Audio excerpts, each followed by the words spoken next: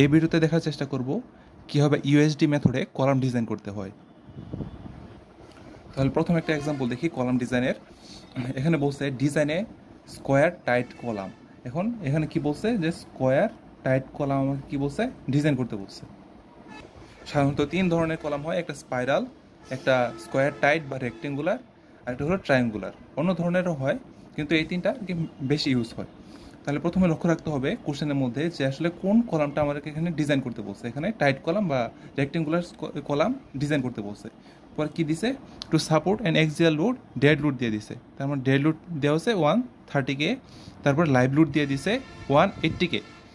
Begin approximately 2% longitudinal still, মানে এখানে rho জি এর মান দিয়ে দিছে, রো জি। এ কনক্রিট স্ট্রেংথ এখানে FC ড্যাশ দিয়ে দিছে, আর এখানে গ্রেড 60 স্টিল মানে FOI দিয়ে দিয়েছে। গ্রেড 60 স্টিল বলতে বোঝায় 60,000 PSI। আমরা যখন এই ম্যাথের মধ্যে ইউজ করব তখন আমরা PSI ইউজ করব না, আমরা KSI ইউজ করব। যেমন এখানে 4000 দেওয়া আছে PSI, একে 1000 দিয়ে ভাগ করে KSI নিয়ে 4 ইউজ করব। আর এখানে গ্রেড যেহেতু 60 স্টিল দেওয়া আছে 60,000, একে 1000 দিয়ে ভাগ করলে 60 KSI হবে, আমরা KSI ইউজ করব। আচ্ছা চলো সলিউশনে যাই। ফার্স্ট স্টেপের মধ্যে আসে determine the factor axial load. Axial লোডটা যা আছে সেটা প্রথমে বের করতে হবে। এটা হলো PU মানে আলটিমেট লোড যেটা আছে ওইটা বের করতে হবে। এটার ফর্মুলাটা কি, 1.2 into dead load plus 1.6 into live load. এখানে 1.2 ইন্টু এই যে ডেড লোড ছিল এটা গুণ করছি 1.6 ইন্টু যে লাইভ লোডটা যে ছিল 180K, এটা আমরা এখানে ইউজ করছি। তাহলে আমরা এখানে আলটিমেট যে লোডটা আছে এক্সিয়াল লোড সেটা আমরা এখান থেকে পেয়ে গেছি। স্টেপ 2 এর মধ্যে কি কাজ, সিলেক্ট দ্য কলাম ডাইমেনশন। এটার যে ফর্মুলা আছে ফর্মুলাটা হলো PU ইকুয়াল টু 5PN। এই PN-টাকে আবার আরেকটা ফর্মুলা আছে RP নট। যদি পুরো ফর্মুলাটা এখানে লিখি 5 আর এটা হলো P নটের formula 0.85 FC dash AG minus AST plus FY AST। এখানে AGটা কি, AGটা হলো গ্রস যে কনক্রিটের যে এরিয়া আছে টোটাল, ওই কনক্রিটের এরিয়া হলো AG, আর AST হলো স্টিলের যে পার্সেন্টেজ আছে এরিয়াটা যা আছে স্টিলের ওইটা হলো AST। এখন এটার মধ্যে আমরা ভ্যালুগুলো বসাই দিই। আমরা এখান থেকে দেখো এই ফর্মুলার মধ্যে দুইটা কিন্তু আননোন আছে, AG আর AST। এখন দুইটা আননোন থাকলে আমরা অবশ্যই বের করতে পারবো না। এক্ষেত্রে আমরা আরেকটা ফর্মুলা এখানে ইউজ করব। যেমন ধরো আমাদের এখানে রোজির ভ্যালুটা দিয়ে দিছে, রাইট। আমরা এখান থেকে একটা ফর্মুলা ইউজ করতে পারি, রোজি is equal to AST by AG। এখন আমরা এটার ভ্যালু আমরা জানি, আমরা এখন দুইটা আননোন আছে, আমরা একটা যদি এদিকে নিয়ে আসি তাহলে আরেকটা ইজিলি বের হয়ে যাবে। যেমন ধরো আমরা এখানে যদি এখানে 2% দেওয়া আছে, 2%কে যদি আমরা লিখি 100 দিয়ে ভাগ করি 0.02 ইন্টু AG যদি লিখি তাহলে আমরা এটাকে AST লিখতে পারি। AST is equal two 0.02 AG আমরা লিখতে পারি। আর এটা আমরা কী করবো, এখানে ইউজ করব। তাহলে দেখো এখানে পিওর ভ্যালুটা যে আমরা পিওর ভ্যালুটা এখান থেকে বের করছি, আমরা সরাসরি বসাই দিছি। এখন এখানে দেখো ফায়ার যে ভ্যালুটা আছে, ফায়ার ভ্যালুটা স্কোয়ার কলামের জন্য একটা আর স্পাইরাল কলামের জন্য আরেকটা। যদি স্কোয়ার কলাম থাকে ওই ক্ষেত্রে এই ভ্যালুটা হবে 0.65 ফায়ার ভ্যালু। যদি এটা স্পাইরাল হতো তাহলে এই ভ্যালুটা হতো 0.75। তারপরে আসি আর এর ভ্যালু, রিডাকশন ফ্যাক্টর। রিডাকশন ফ্যাক্টরটাও স্পাইরাল কলাম আর টাইট কলাম বা স্কোয়ার কলামের উপর ডিপেন্ড করে। যেমন ধরো এখানে আমাদের টাইট কলাম ইউজ করা হয়েছে, এই জন্য আমরা 0.80 ইউজ করছি। যদি এটা স্পাইরাল হতো তাহলে 0.85 হতো এই রিডাকশন ফ্যাক্টর আর এর ভ্যালু। তারপর দেখো 0.85 এখানে রাখছি, এই যে FC ড্যাশ যেটা বলছিলাম যে KSI আমরা ইউজ করবো। এখানে 4000 দেওয়া ছিল, আমরা 1000 দিয়ে ভাগ করে 4 ইউজ করছি। এটা জিনিসটা লক্ষ্য রাখতে হবে। তারপর AG রাখছি, তারপর যেখানে ASTটা ছিল ASTটা এই যে এখানে যে বের করছি এভাবে আমি কনভার্ট করে নিছি AGতে। প্লাস 60 FY এর ভ্যালু দেখো এখানে 60 গ্রেড, KSI আমরা নিয়ে এই 60 গ্রেডটা আমরা KSI ইউজ করছি। তারপর ASTর যে ভ্যালুটা ছিল ASTর ভ্যালুটা আমরা AGতে কনভার্ট করে নিছি। তাহলে এটা যখন আমরা সলভ করব, সলভ করার পরে সরাসরি আমরা এটা পেয়ে যাব। তারপর এখান থেকে মানে আমরা কি বলছিলাম যে কনক্রিটের যে পুরোটা এরিয়া, কনক্রিটের এরিয়া বলতে টোটাল যে কলামটা আছে, টোটাল কলামের এরিয়া এটা কনক্রিটের এরিয়া। এখান থেকে আমরা যে কলামের যে আমার যে ডাইমেনশনটা আছে ডাইমেনশনটা আমরা এখান থেকে পেয়ে যাব। যেমন ধরো এখানে 14 গুণ 14 তুমি যদি গুণ করো তাহলে 196 হবে। সরাসরি এটা পাওয়া খুবই কঠিন, এটা ক্লোজ হয় এমন একটা ভ্যালু আমাদের নিতে হবে। যেমন ধরো এখানে তুমি যদি 13 দাও তাহলে এটা থেকে কম হয়ে যাবে, 182 আসবে। তুমি কম অবশ্যই নিতে পারবে না, তোমার অবশ্যই সমান বা বেশি নিতে হবে। এই জন্য এখানে 14/14 ধরা হয়েছে। এটা ধরার পরে এখানে যে এজের ভ্যালুটা আসবে, যেমন 14 গুণ 14 গুণ করলে 196 হয়। 196 যে আসছে, আমি কলামের ডাইমেনশনটা এটা ফিক্সড করার পরবর্তীতে আর কখনো আমি এজের ভ্যালু হিসেবে এটা ইউজ করতে পারবো না, কারণ আমার কলামের ডাইমেনশন এটা পেয়ে গেছি। তো এটার যে গ্রস এরিয়া আছে আমার, ওইটা আমার ইউজ করতে হবে। তার মানে পরবর্তী স্টেপগুলোতে আমার এজের মান আমার অবশ্যই 196 ইউজ করতে হবে। এখন যে এই যে ক্যালকুলেশনটা আছে, এই ক্যালকুলেশনটা তুমি অবশ্যই মানে ভাঙ্গায় ভাঙ্গায় গুণ করে করবে না। এটা অবশ্যই ক্যালকুলেটারে সরাসরি এটার জায়গায় এক্স বসা বা এটার জায়গায় এক্স বসে করা, সরাসরি একটা ইকুয়েশনের মধ্যে বসে করে ফেলবে, তাহলে সময়টা বাঁচবে এক্সামের মধ্যে।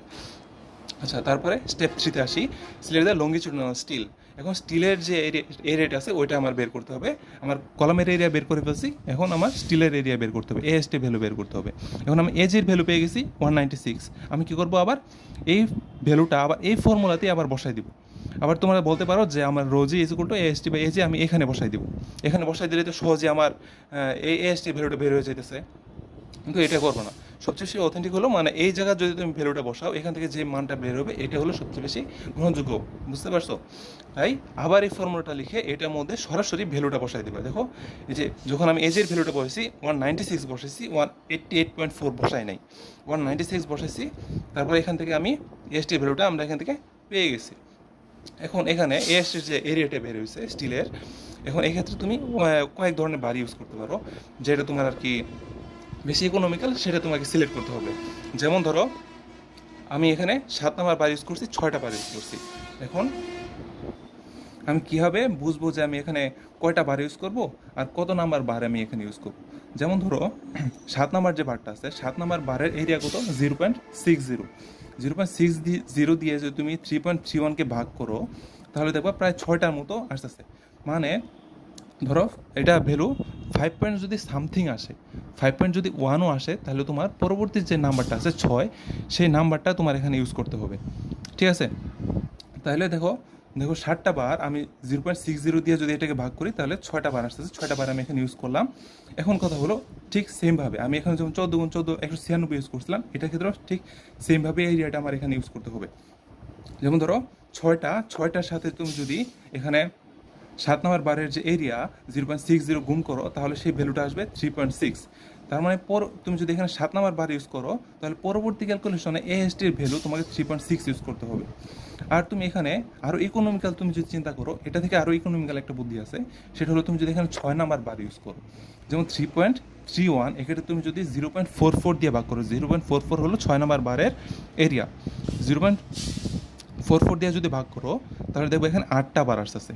এখানে তুমি যদি 8টা বার ইউজ করো, ওই ক্ষেত্রে তোমার যে এখানে স্টিলের যে এরিয়া আসতেছে, স্টিলের এরিয়া 3.6 থেকে আরও কম আসতেছে, 3.52, যেটা আরও বেশি ইকোনমিক্যাল, এটার খুবই ক্লোজ।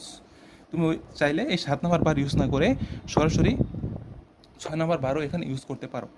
কিন্তু তুমি যদি বলতে পারো যে 6 নাম্বার বার ইউজ করলাম, 8 নাম্বার বার কেন ইউজ করলাম না? 8 নাম্বার বার ইউজ করলে এখানে একটা সমস্যা আছে।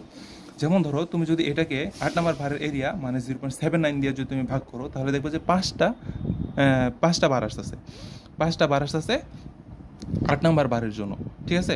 এখন কথা হয়েছে, তুমি যদি ওইটা ইউজ করো, তুমি কী করবা? 5টা বার উপরে দিবা তুমি 3টা, নিচে দিবা 2টা। যদি এভাবে তুমি অ্যারেঞ্জ করো, তাহলে দেখবা স্পেসিংয়ের ক্ষেত্রে এইটা ঠিকঠাক আছে। স্পেসিংয়ের ক্ষেত্রে সর্বোচ্চ স্পেসিং 6 ইঞ্চি, এটা আমি পরবর্তীতে দেখাবো। এটা যদিও রিকোয়ারমেন্ট ফুলফিল করতেছে, কিন্তু এটা 8 ইঞ্চি পর্যন্ত চলে যেতেছে। তাই এখানে তোমার এখানে বার সিলেকশনের ক্ষেত্রে শুধুমাত্র ইকোনমিক্যাল এই ক্ষেত্রে চিন্তা করতে হবে না, তোমার দেখা লাগবে যে স্পেসিংটা কি মেনটেন করতেছে কি না। সেটা আমি পরবর্তী ক্যালকুলেশন আমি তোমাদের দেখাবো। তারপর যখন এখানে বারটা সিলেক্ট করে ফেললে, তার পরবর্তী কাজ কী হবে? স্টেপ 4-এ ডিজাইন দ্য টাইস, মানে ল্যাটারাল যে টাইগুলো আছে, যে বাইন্ডারগুলো আছে, সেগুলো আমার ক্যালকুলেট করতে হবে। সেটার স্পেসিংটা আমি কীভাবে ক্যালকুলেট করব? স্পেসিংটা ক্যালকুলেট করার ক্ষেত্রে ল্যাটারাল টাইসের ক্ষেত্রে একটা ক্রাইটেরিয়া হলো 48 ডিবি। ডিবিটা কি? ডিবিটা হলো আমার যে ল্যাটারাল যে টাইটা আছে, এই টায়ার যে ডায়ামিটার আছে সেটা। এখন বলতে পারো যে আমার তো টাই তো আমি জানি না যে আমি কত নাম্বার টাই এখানে ইউজ করছি। তুমি এখান থেকে জানতে পারবা। তুমি যখন এই বারটা সিলেক্ট করে ফেলছো, তখনই তুমি বুঝতে পারবা যে তোমার কত নাম্বার টাই এখানে ইউজ করতে হবে। যেমন ধরো 10 নাম্বার বা 10 নাম্বার থেকে যদি ছোটো লঙ্গিচুডিনাল বার ইউজ করে, এটা কিন্তু লঙ্গিচুডিনাল বার, ঠিক আছে? ভার্টিক্যাল যে বারটা আছে, তুমি যদি 10 নাম্বার বা 10 থেকে ছোটো হয়, তাহলে সেক্ষেত্রে তুমি 3 নাম্বার যে স্টিলটা আছে সেটা এখানে এই টাই হিসেবে ইউজ করবা। আর যদি 11 বা 11 থেকে যদি উপরের দিকে লঙ্গিচুডিনাল স্টিলগুলো চলে যায়, তাহলে ওই ক্ষেত্রে তুমি 4 নাম্বার বারটাকে তুমি টাই হিসেবে এখানে ইউজ করবে। যেহেতু এখানে 10 থেকে কম আছে, 7 ইউজ করছি, তার মানে আমি এখানে 3 নাম্বার বারটা টাইস হিসেবে ইউজ করবো। 3 নাম্বার যে বারটা আছে তার ডায়ামিটার হলো 0.375 বা 3/8। ওই ক্ষেত্রে আমি এখানে যেহেতু টায়ার ডায়ামিটার এটা আমি কী করবো 48-এর সাথে টায়ার যে ডায়ামিটার 0.375 এটা দিয়ে আমি গুণ করবো, কারণ এখানে 18 ইঞ্চি পাইতেছি। তার পরবর্তীতে হলো লঙ্গিচুডিনাল স্টিলের ক্ষেত্রে, ওই ক্ষেত্রে ক্রাইটেরিয়াটা হলো 16 ডিবি।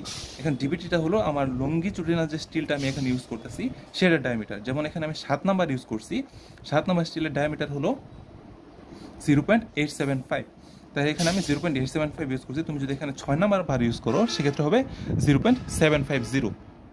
তাই আমি এখানে 14 ইঞ্চ পাইছি। আরেকটা ক্রাইটেরিয়া এটার মধ্যে আছে, সেটা হলো লিস্ট কলাম ডাইমেনশন। আমার যে কলামটা যে ডাইমেনশনগুলো বের করছে এর মধ্যে যে লিস্ট যে ডাইমেনশনটা আছে সেটা আমি এখানে কনসিডার করব। তারপর এই 3টা ক্রাইটেরিয়ার মধ্যে আমরা দেখবো যে সবচেয়ে মিনিমাম ভ্যালু কোনটার আছে। যেমন দেখো মিনিমাম ভ্যালু হলো 14 ইঞ্চ, ঠিক আছে। এই 14 ইঞ্চটাকে আমরা কী করবো, টাইসের যে স্পেসিং আছে স্পেসিং হিসেবে আমরা এখানে ইউজ করবো মিনিমাম ভ্যালুটা। তাহলে আমরা কী করছি, অলরেডি আমি জানে গেছি যে 3 নাম্বার টাইস আমি এখানে ইউজ করবো। এটা স্পেসিং কত, 14 ইঞ্চ, এটা আমরা এখানে ইউজ করলাম। তার পরবর্তী স্টেপ হলো যে আমি যে এই মানগুলো বের করলাম এগুলো আমার এসিআই কোডটাকে ফলো করতেছে কিনা।